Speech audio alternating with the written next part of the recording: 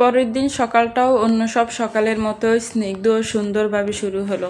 টেবিলে হরেক রকম নাস্তা সাজানো। 9টার দিকে একেবারে অফিসের জন্য তৈরি হয়ে টেবিলে বসলেন বাড়ির সকল পুরুষ।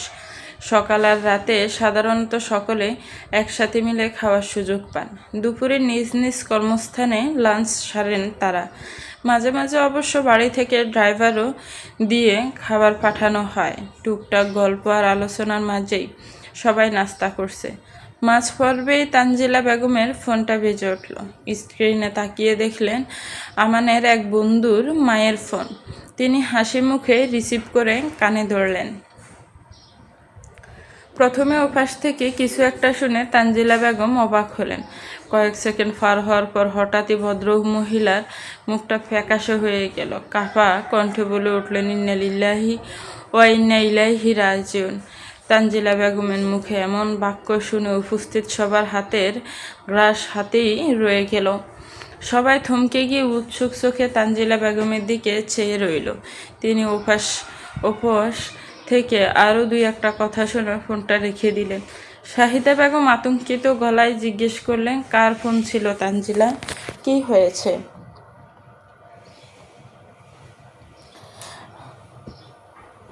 ভাবি, আমানের এক বন্ধুর মায়ের ফোন। কয়েকদিন আগে ওদের ক্লাসের যে ছেলেটা নিখোঁজ হয়েছিল, আজকে সকালে নাকি ওর লাশ পাওয়া গিয়েছে। সকলের মতো আমানও খাওয়া থামিয়ে মায়ের দিকে চেয়ে রইল।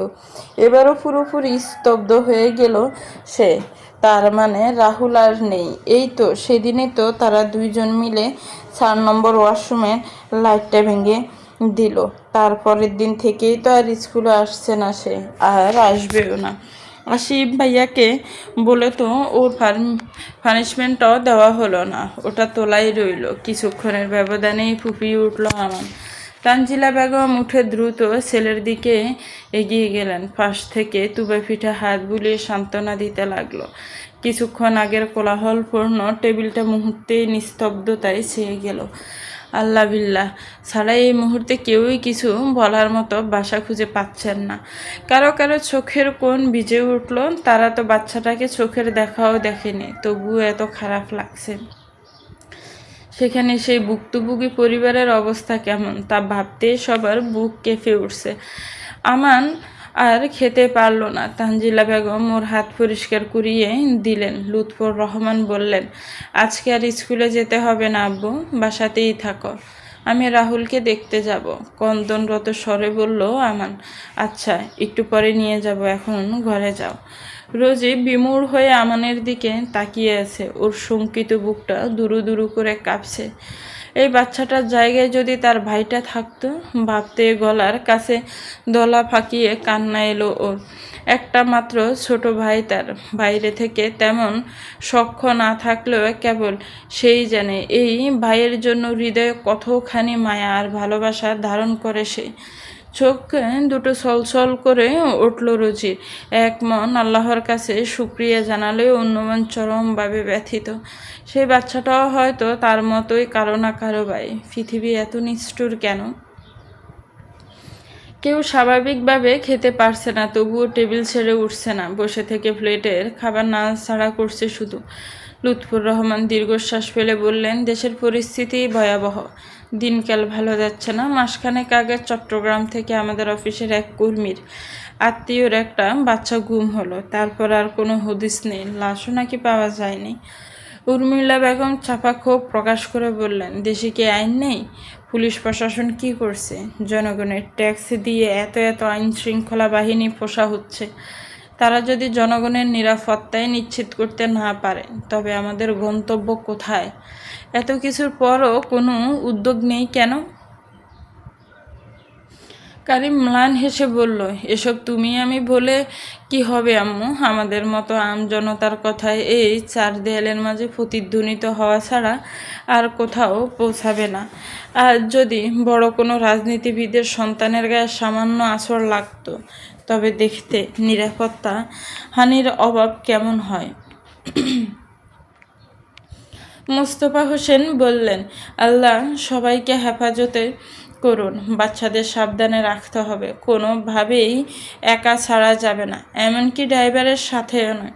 আমান স্কুলে যাওয়ার সময় তানজিলা যেন অবশ্যই সাথে থাকে। এই সুযোগে আসিফ বলল, তুবা আর রোজির ড্রাইভার চেঞ্জ করতে হবে বড় আব্বু। বর্তমান ড্রাইভার খুবই ভীত আর ঢিলেঢালা। এই পর্যায়ে মুখ খুললেন সাদ্দাত হোসেন। তীক্ষ্ণ দৃষ্টিতে আসিফের দিকে তাকিয়ে জিজ্ঞেস করলেন, তুমি কি তার মাঝে সন্দেহজনক কোনো বিষয় লক্ষ্য করেছ?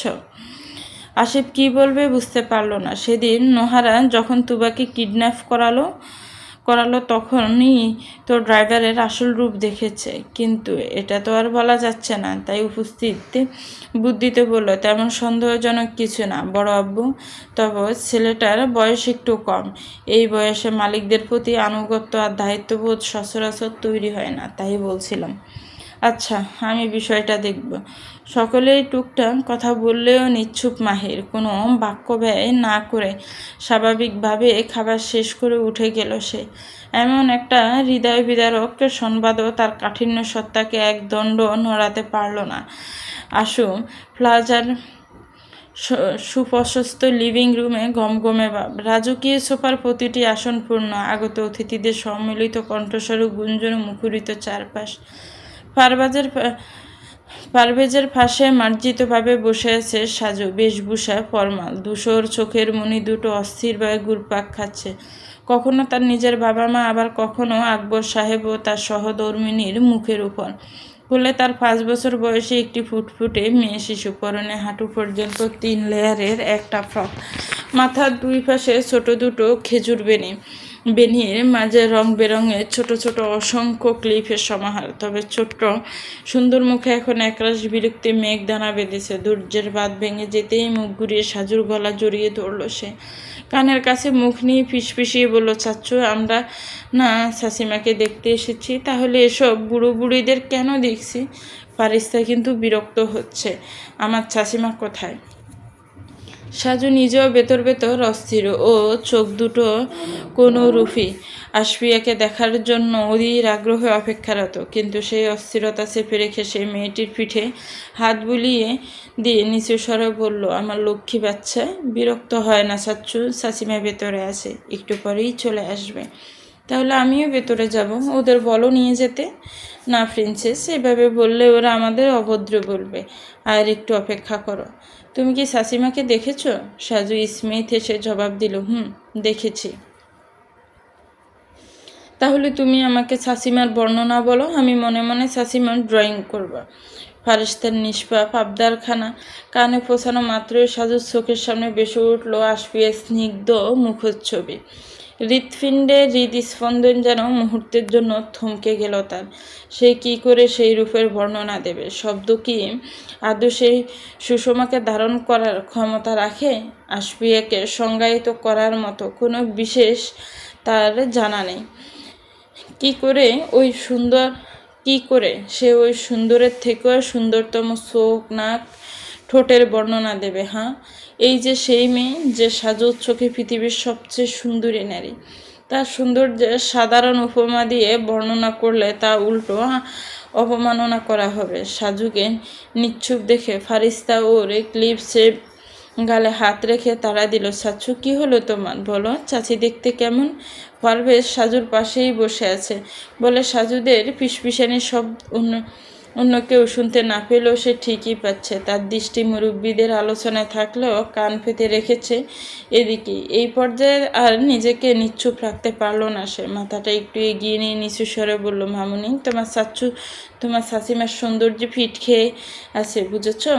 আর ফিট খাওয়া মানুষের মুখ দিয়ে কোনো কথা বের হয় না। তাই আমি বলছি, তুমি চট করে ড্রয়িং করে ফেলো। সাজু চোখ গরম করে তাকালো পারভেজের দিকে। পারভেজের হাতে তাতে তোয়াক্কাই নেই। ফারিস্তা উৎসাহ নিয়ে জিজ্ঞেস করলো, তুমিও দেখেছ চাচিমাকে? হ্যাঁ, অবশ্যই দেখেছি, খুব কাছ থেকে দেখেছি। আচ্ছা, তাহলে তুমিই বলো। সাজু এবার কুনু দিয়ে পারভেজকে গুঁতো দিয়ে দাঁত ছিবিয়ে বলল, আল্লাহর ওয়াস্তে তোর মুখটা বন্ধ রাখ, ও ছোট বাচ্চা, ওর তালে বাসিস না।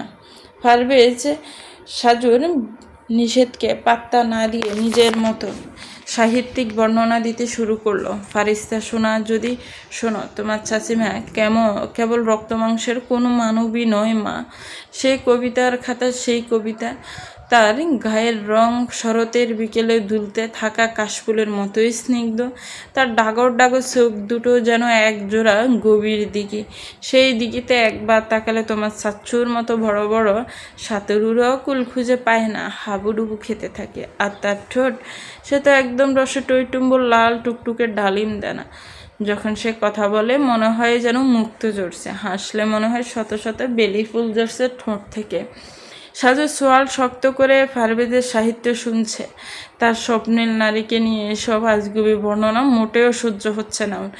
এই মুহূর্তে এই ছেলের 50 দেশ বরাবর কষি একটা লাথি বসাতে পারলে শান্তি লাগতো, কিন্তু হবু শ্বশুর বাড়ির ড্রয়িং রুমে বসে অদম্য ইচ্ছেটা তো আর পূর্ণ হবার নেই।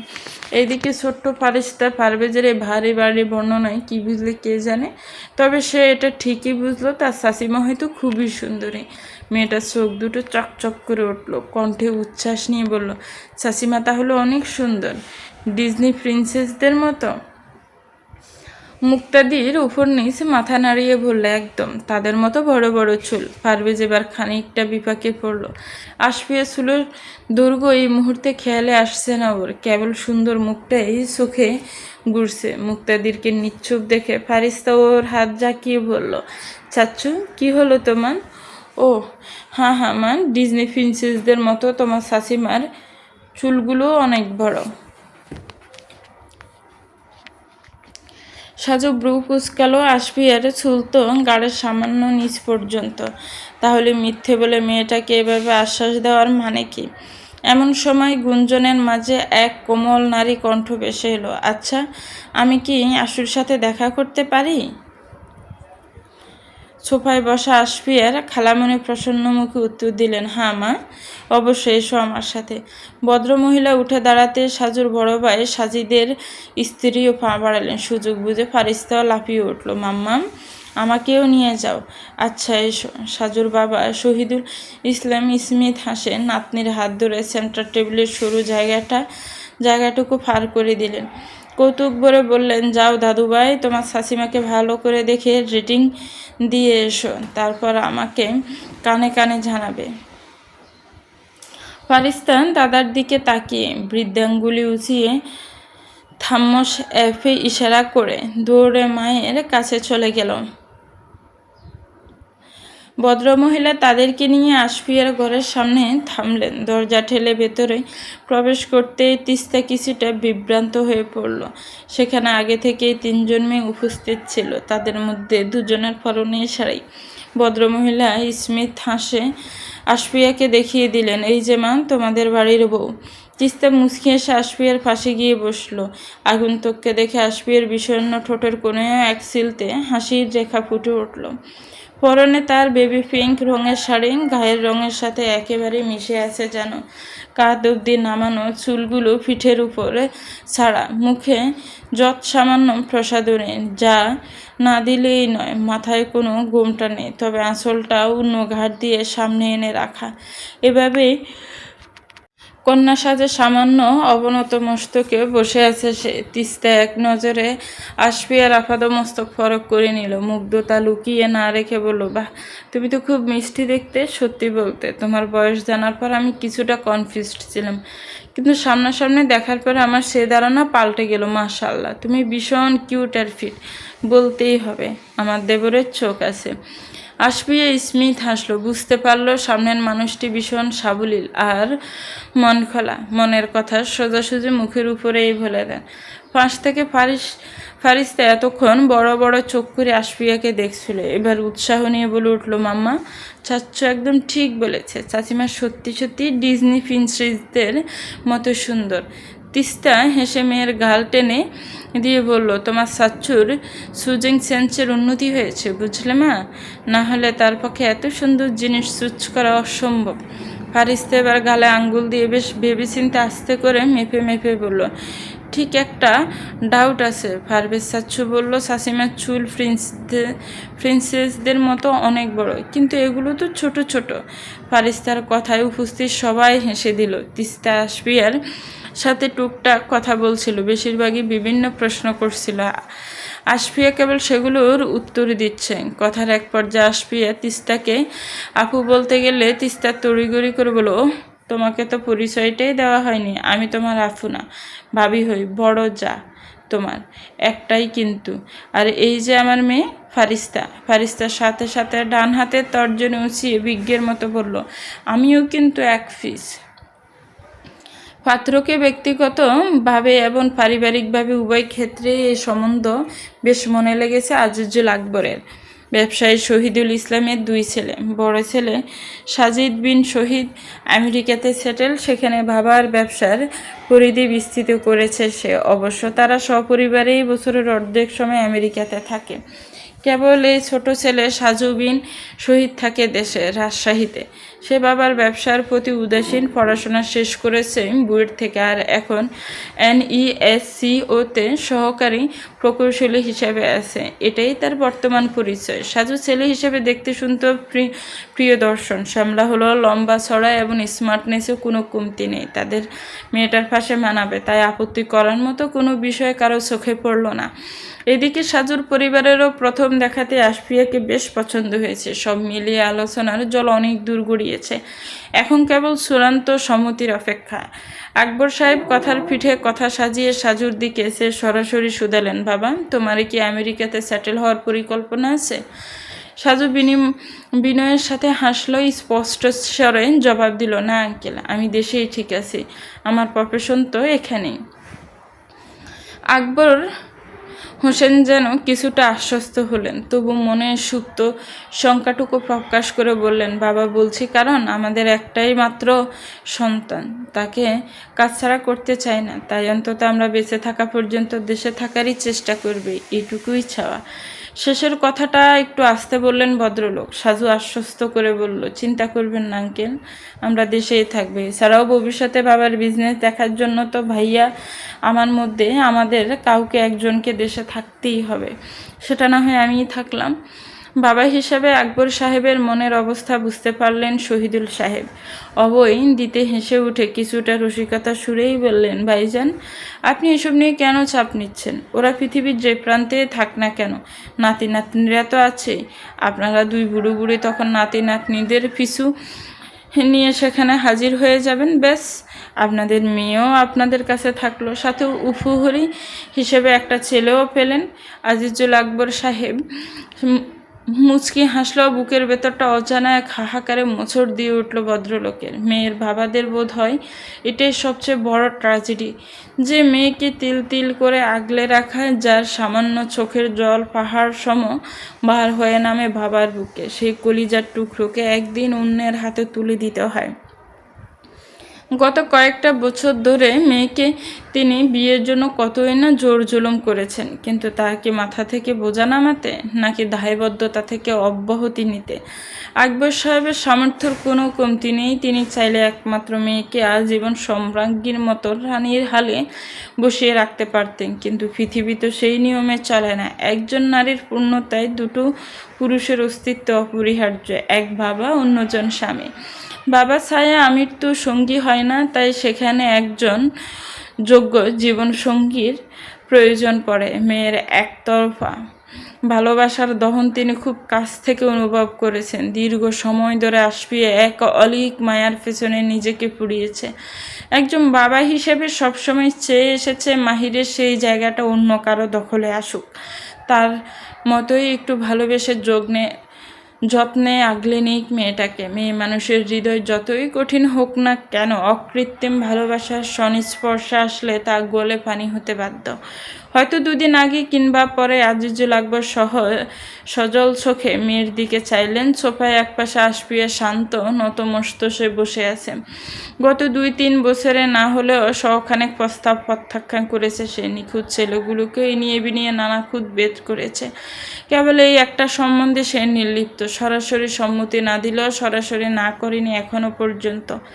মেয়ের এই নীরবতাকে সম্মতি ধরে এগোচ্ছেন তিনি। পরিবেশের গাম্ভীর্য কাটিয়ে তিস্তা বলল, আমার মনে হয় সব ফাইনাল করার আগে সাজু আর আশুর একটা আলাদা কথা বলা উচিত।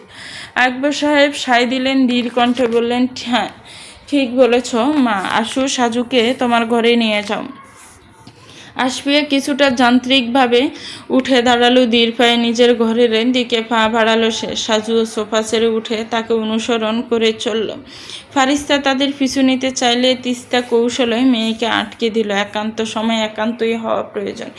বিছানায় পা ঝুলিয়ে কিছুটা দূরত্বে বজায় রেখে বসে আছে আশফিয়া আর সাজু। নিরেট এক নিস্তব্ধতা গ্রাস করেছে তাদের। আশফিয়ার দৃষ্টি একটু দূরে মেঝেতে আবদ্ধ। সাজু কিঞ্চিত অস্থিরতা নিয়ে সারা ঘরে চোখ বুলাচ্ছে। সিমসাম পরিবাটি ঘর, একটা মেয়ের ঘরে এমন এসব ফার্নিচার দিয়ে সুসজ্জিত। সাজুর চোখ গেল সোজা রাখা ড্রেসিং টেবিলটার দিকে। নানা রকম প্রসাধনী সামগ্রী সারি সারি করে রাখা আছে। তার উপর সাজুর ঘরেও একটা আছে, তবে সেটা এটার তুলনায় খুবই ছোট। আর তো তেমন প্রয়োজন হয় না, শুধু কয়েকটা পারফিউম, লোশন এগুলিই রাখা আছে তাতে। কিন্তু বিয়ের পর সে তো আর চলবে না। আশফিয়া এই এত এত প্রসাধনী এতটুকু ড্রেসিং টেবিলে কীভাবে আঁটবে? একটা সুন্দর ড্রেসিং টেবিল অর্ডার করতে হবে, আর একটা কাবারও লাগবে। অনাগত ভবিষ্যতের ভাবনায় কিছুক্ষণের জন্য নিজেকে হারিয়ে ফেলল সাজু। হঠাৎ মনে হলো ওরা কী কাজে এসেছিল। সাজু মাথা ঘুরিয়ে পাশে তাকালো। আশফিয়া এখনও একইভাবে বসে আছে। সাজু ডাকলো, আসু। সবই তো মনে হচ্ছে ঠিকঠাক। আমিন সবাই রাজি। এখন তুমি কি বলছো? কি বলবো? আনমনে উত্তর করে যাচ্ছে আশফিয়া। ওর আনমনা ভাব বুঝে সাজু এবার বিছানার উপর এক পা বাজ করে ওর দিকে পুরোপুরি ফিরে বসল।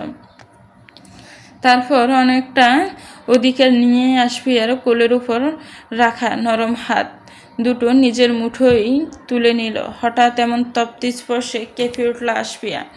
এই ছোঁয়ার সাথে সে একেবারেই নতুন। এই 29 বছরের গড়কণা জীবনে বাবা নামক পুরুষ ব্যতীত আর কারোরই এতটা সান্নিধ্য সে পায়নি। সারা জীবন আকাঙ্ক্ষায় কেবল একটা পুরুষকেই চেয়েছে সে, কিন্তু তার পাওয়া হলো কই? হঠাৎ আশফিয়ার হৃদস্পন্দনের গতি বেড়ে গেল। ভিতরে অসহ্য এক অনুভূতির ফোয়ারা বইছে। এটা ভালো লাগে নাকি খারাপ লাগে ঠিক বুঝতে পারল না মেয়েটা। তবে এই স্পর্শ তো ওর কাঙ্ক্ষিত নয়। তাহলে তো সুখকর হবে কি করে? চাপা অস্বস্তি আর হাহাকার দলা পাখি গলার কাছে উঠে এলো। অবাধ্য মেঘগুলো আর ধরে রাখা সম্ভব হলো না। চোখের কোণ বেয়ে টুপ করে এক ফোঁটা নোনা জল ঝরে পড়ল সাজুর হাতের উপর। সাজু কিছু একটা বলার জন্য মুখ খুলতে যাবে, এমন সময় আশফিয়ার চোখের পানি দেখে হকচকিয়ে উঠল সে। অপ্রস্তুত হয়ে হাতের মুঠো আলগা করে দিল সাজু। I am sorry. আশফিয়ার চোখ দিয়ে নীরবে অশ্রু ঝরছে। পাতলা ঠোঁট দুটো তীর তীর করে কাঁপছে তার। সাজু মুহূর্তের জন্য কিন কর্তব্য বিমূঢ় হয়ে গেল। কি করবে বুঝতে পারছে না। কিছুটা দ্বিধা নিয়েই এবার আশফিয়ার মাথায় হাত রাখলো। আলতো করে চুলে হাত বুলিয়ে দিতে দিতে বলল, আসো, শান্ত হও প্লিজ। এভাবে কান্না করার কিছুই হয়নি। আমি স্বাভাবিক মনে করেই হাত ধরেছিলাম। আশফিয়া নাক টেনে নিজেকে ধাতস্থ করার চেষ্টা করছে। সাজু অন্য হাত দিয়ে পকেট থেকে টিস্যু বের করে দিল। তারপর সাইড টেবিলের উপর থেকে পানিও এগিয়ে দিল। একটু পানি খাও, ভালো লাগবে। আশফিয়া কাপা হাতে গ্লাসটা নিয়ে কয়েক ডোগে গলা ভিজিয়ে নিল। বাকিটুকু সাজু নিজে খেয়ে গ্লাসটা পুনরায় আগের জায়গায় রেখে দিল। তারপর আশফিয়ার দিকে তাকিয়ে কোমল স্বরে বলল, আসু, আমার দিকে তাকাও। আশফিয়া ধীরে সুস্থে সিক্ত কম্পিত নেত্রপল্লব তুলে তাকালো সাজুর দিকে। সাজু বলতে লাগলো, তোমাকে কিছুই করতে বা বলতে হবে না। সবাই যখন তোমার সম্মতি জানতে চাইবে তুমি কেবল ইতিবাচক থাকবে, ব্যাস এটুকুই। আমি কথা দিচ্ছি, বিয়ের পরও তুমি না চাইলে তোমার লাইফ কিংবা লাইফস্টাইলে কোনো পরিবর্তন আসবে না। তোমার যদি মনে হয় তুমি সংসার করবে না, তবে তাই হবে। তুমি এখানেই থাকবে। মাহিরকে ভুলে যাওয়ার জন্য আমি কখনোই তোমাকে তাগাদা দেব না। আমি কখনোই তার জায়গা নেওয়ার চেষ্টাও করব না। আমি আমার জায়গা তৈরি করে নেব। শেষের কথাটা আস্তে করে বলল সাজু। আশফিয়া নিচু স্বরে বলল, এখনও সময় আছে, ফিরে যান সাজু ভাইয়া। আমি আপনার যোগ্য নই। You deserve better. You deserve a perfect match. Saju এবার আলতো করে হাসলো। ফিরে যাওয়ার আর কোনো অপশন নেই Asu. And of course you are the best match for me. Living রুমে আলোচনা অনেকটা থিতু হয়ে এসেছে। এখন সকলেই উৎসুক দৃষ্টিতে আশফিয়ার ঘরের দিকে চেয়ে এত সময় তো লাগার কথা নয়। তিস্তা উঠে গেল ডাকতে। দরজায় নক করে ভেতরে প্রবেশ করেই কৌতুক ভরে বলে উঠল, এই যে ম্যারেজ ক্যান্ডিডেটস, তোমাদের এখানে পাঠানো হয়েছে বিয়ের প্ল্যানিং করতে, ফ্যামিলি প্ল্যানিং করতে নয়। সাজু অপ্রস্তুত হয়ে উঠে দাঁড়ালো। দেরি হয়ে গেল তাই না ভাবি? আরে না, ঠিক আছে, এখন বলো তোমরা কত দূরে গেলে? ফ্যামিলি প্ল্যানিংয়ে কয়টা বাচ্চা কাচ্চা রাখলে? সাজুও কম নয়, ভাবির সাথে তার রসায়ন জমজমাট। মনটাও এই মুহূর্তে ফুরফুরে, তাই বলেই ফেললো, সেই প্ল্যান আর কোথায় করতে দিলেন ভাবি? তার আগেই তো এসে মাথা ঢুকিয়ে দিলেন। ওমা তাই নাকি? সরি। পিস্তে এবার আশফিয়ের দিকে তাকালো। ওর রক্তিম চেহারা দেখে মনে করলো হয়তো ব্লাশ করছে। মুচকি হেসে বলল, আচ্ছা দেবরজি, এখন চলো। তোমার হবু বউ লজ্জায় একদম মিশে যাচ্ছে, পরে দেখা যাবে আর খুঁজেই পাওয়া যাচ্ছে না।